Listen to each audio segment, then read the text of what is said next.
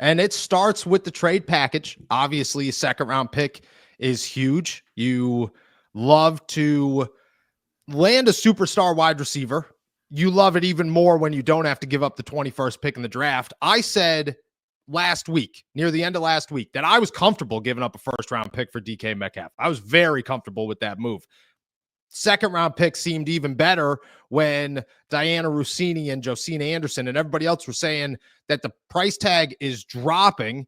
And I don't care what your thoughts are. Everybody's opinion is valid. But in this case, it's clear as day. You are not, by no means, no matter how big of a steal it is. I don't care if Emeka Ibuka falls into the second round. You will not, in the 2025 NFL draft, with the 52nd pick, land a DK Metcalf. You won't even come close. So I don't care that they need a defensive tackle and a running back and a quarterback and maybe an offensive guard and maybe a left tackle. You could fill all of these things. You could still do a lot of them in the draft. What you can't do is add a DK Metcalf. That is not available anywhere, no matter where you draft. You're hoping and praying that Emeka Ibuka falls to you at the end of the first round, which at that point, then you have to go defensive tackle or running back in the second, and everything gets pushed down the draft board.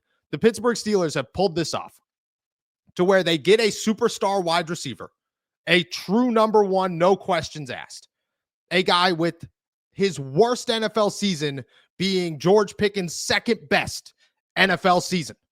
That is who DK Metcalf is, who comes here for the price tag of the 52nd pick in the draft, while you can still draft a guy like Kenneth Grant. You can still draft a guy like Walter Nolan, where you can look at this and say, if we need a running back in the third round, we don't have to adjust. If the quarterback situation is a little bit iffy, we don't have to adjust. The Pittsburgh Steelers have set themselves up to where all of their needs, all of their questions are still very much so possibilities to fill, while also landing a superstar wide receiver. That's a huge win. Now, when it comes to the 5 years, $150 million extension that everybody wants to talk about, there are reasons to say what, obviously, but I am not judging the contract at all until we see the details of the contract. Because 5 years, $150 million sounds massive and alarming. And you could sit there and say, this guy's 34 years old when his contract ends, and you're going to pay him $30 million a year from age 32 to 34? No questions asked? I don't know if that's going to be the case. I have a hard time believing it's going to be. I have the thought that Omar Khan has somehow worked this out to where the Steelers might be paying $30 million a year the first 2 years, and then it kind of dips, and then it soars back up later with an easy out in year 4, year 3, somewhere in that time span, to where the Pittsburgh Steelers can work at this and decide halfway through it, DK is 31 years old. He doesn't have it the way that he used to have it.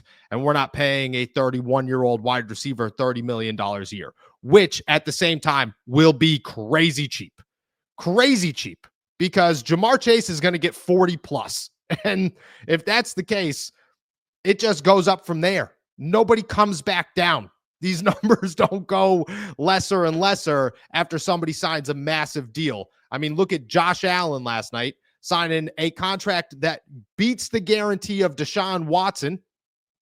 And you're looking at it going, I thought no quarterback contract was ever going to beat Deshaun Watson's. Yep, well, here we are. And it was beaten. And $600 million is a lot of money. And I'm sure that that's just the beginning of the trend. I have no issues with the money until I see the contract details. Now, if it's all guaranteed all 5 years, which there's no chance it will be, there are issues. But for right now, where I look at this, you gave the guy exactly what he wanted. You have a wide receiver for the next 6 years. No questions asked, unless you want to get rid of him. And you gave up the 52nd pick in the draft. That is huge. The Steelers would have given that up for Brandon Ayuk last summer. That's what they were looking to give up, was a second round pick after the draft, which means that Brandon Ayuk would have went for the same price tag as a DK Metcalf. The difference is $3 million, which in 2025 is $1 million because Brandon Ayuk was going to sign for 27 mil. DK Metcalf is 28 point some million dollars this season in his current contract.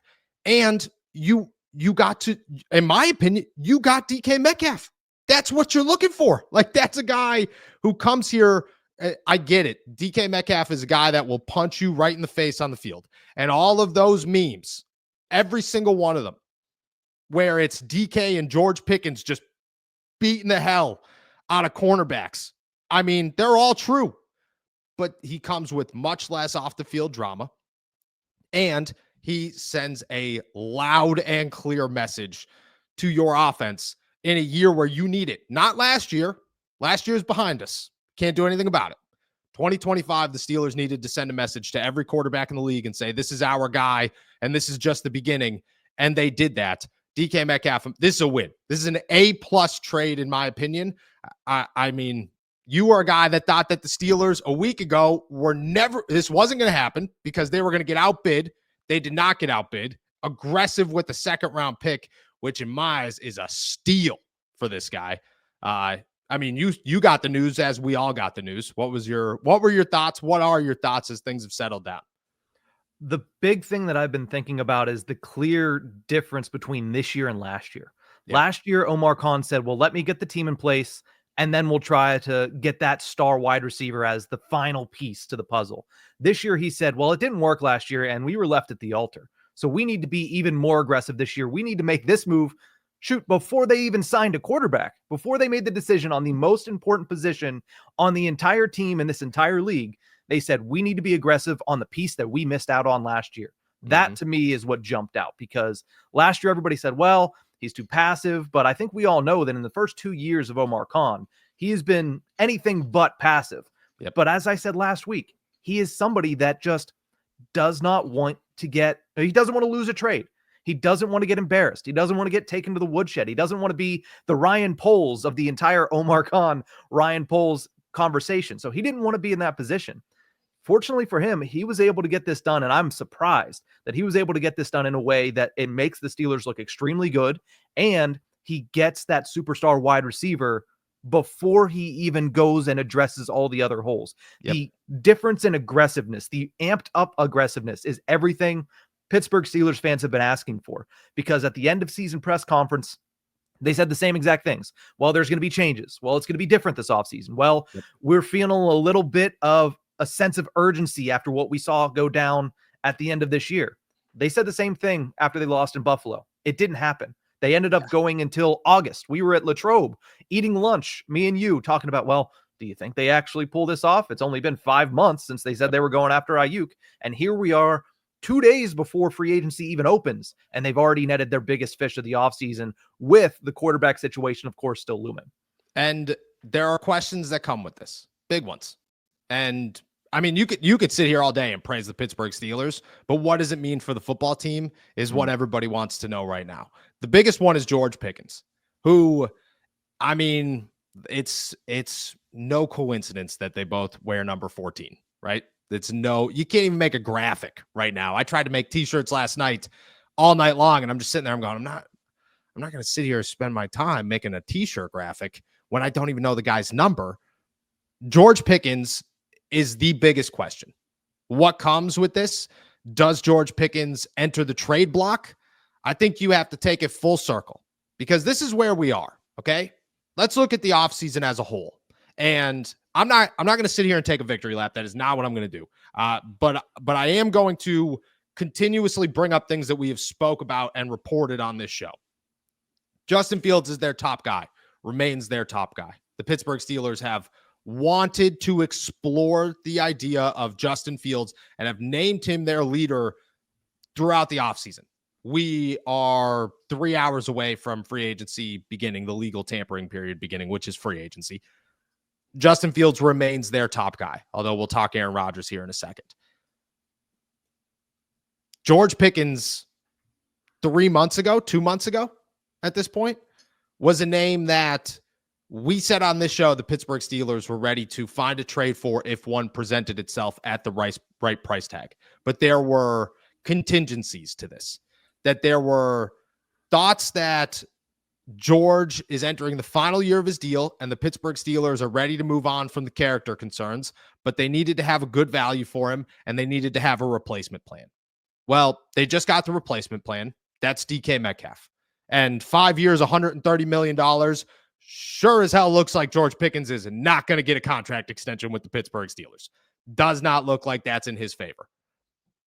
A trade, in my eyes, if this happens 4 days from now and there are no wide receivers signed outside of a DK Metcalf trade, for one, the city of Pittsburgh is already on fire. We are all losing our minds about what the hell's going on. But the way it happened right now, heading into free agency, with names like Darius Slayton still very much so on their minds, means that the Pittsburgh Steelers have their wide receiver 1 to a long-term deal, and they need a wide receiver 2. And Darius Slayton feels real good as a wide receiver 2. My bold prediction on Friday was that the Pittsburgh Steelers double dipped at wide receiver. I still think I stand with that bold prediction because George is well aware right now that he's not going to get paid. That obviously was made clear to him through this trade. Whether it was said to him or not, it was made clear as day that is not going to happen. And there's no chance his agent is sitting there saying, no, there's maybe. No, his agent, like every other NFL agent, watched this happen. And when George is either getting traded or he's playing on the final year of his contract. And if they could go out and get a Darius Slayton, if they could go out and get somebody like a Cooper Kupp, if they could go out and get that second wide receiver somewhere, somehow, I would imagine George Pickens is on his way out because George Pickens' price tag just went up. Let's look at that from that side. DK goes for a second round pick. You made the argument that DK Metcalf and George Pickens are the same player. George is 4 years younger. I'm not saying that the entire NFL agrees with that. I am saying that George Pickens' starting price starts at a second round pick because if DK's was a second, George Pickens, who's 24 years old, is a second round pick and teams will ignore the character concerns. I'm guessing George is on his way out. I don't know how quickly it's going to be, but if I had to look at this, I would say the chances of George staying versus the chances of George leaving lean heavily towards George on the trade block. And I would imagine the Steelers are good. I mean, look at you. The Patriots were ready to make a splash for DK. I would imagine they just weren't ready to give up their second round pick for a 28-year-old. 24-year-old's a totally different deal. You get George Pickens' his entire career, and you already know this guy's a superstar. Mike Vrabel is easily a guy who will look at him and say, I've already dealt with A.J. Brown. I know how to do this. This will be no issue for me. I think George is going to have a market, and on top of that, I think the Steelers are ready to move on. I think this trade solidified that. I got a hard time believing George Pickens is here by the NFL draft. I would say there's a possibility by the end of this week. Your thoughts?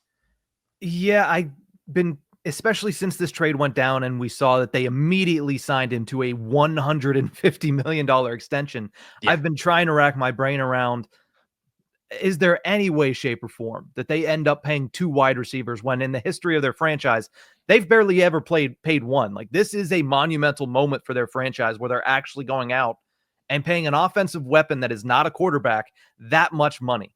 Now, at the same time, what I will say is, how many times have we said that since Omar Khan took over? That, oh, this is the first time we've seen this really ever for the Pittsburgh Steelers. They fired an offensive coordinator midseason.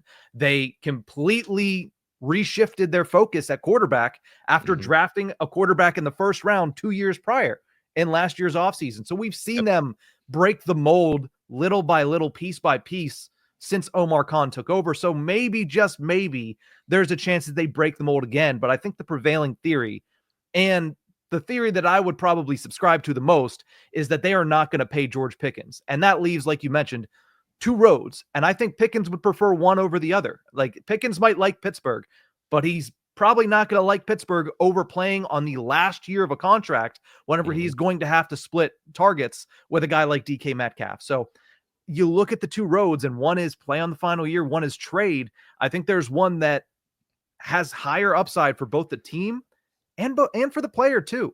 Because if George gets traded, George gets paid. If he stays in Pittsburgh, there's a higher likelihood that something's going to happen that's going to cause him to get paid less or much less, depending upon what happens in his final year of his contract. Exactly. And if the George shenanigans continues, you got to imagine that's going to stick. At this point, it's like Mike Tomlin denied the football or the playoff game, not the playoff game, the Chiefs game thing. The George Pickens skipping practice or being late to practice was early in the season. So that's kind of already faded. He didn't really have any on the field moments where you went, George, why are you not doing something? There was none of that. It was all off the field stuff this offseason or this season. That could all be hidden. Teams could overlook that. We're locked into the Pittsburgh Steelers. Again, Mike Vrabel's not. He's not. He doesn't have time to be scrolling on Twitter, looking at mine and your Twitter account, saying George was late for practice. That's not good. And he's not going to call Mike Tomlin and say, hey, how's George? And Mike's going to be like, oh, he sucks. He's terrible teammate. Terrible. He's not going to do that. They're not going to do that. They're going to support their guy. They're going to make him look good. I have no faith George shows up on the last year of his deal. I mean, he could shock me, and good for him if he does, but it just doesn't make sense. If the door was open for a long-term deal after the season, makes a little bit of sense, but the door is shut. There is no long-term deal in Pittsburgh. George has 1 year left, and I'd have to imagine that he's already having conversations to say, you should get me out of here. And the Pittsburgh Steelers are sitting around thinking, yeah, that's a good idea. I think we are going to get you out of here. I think that's where we go.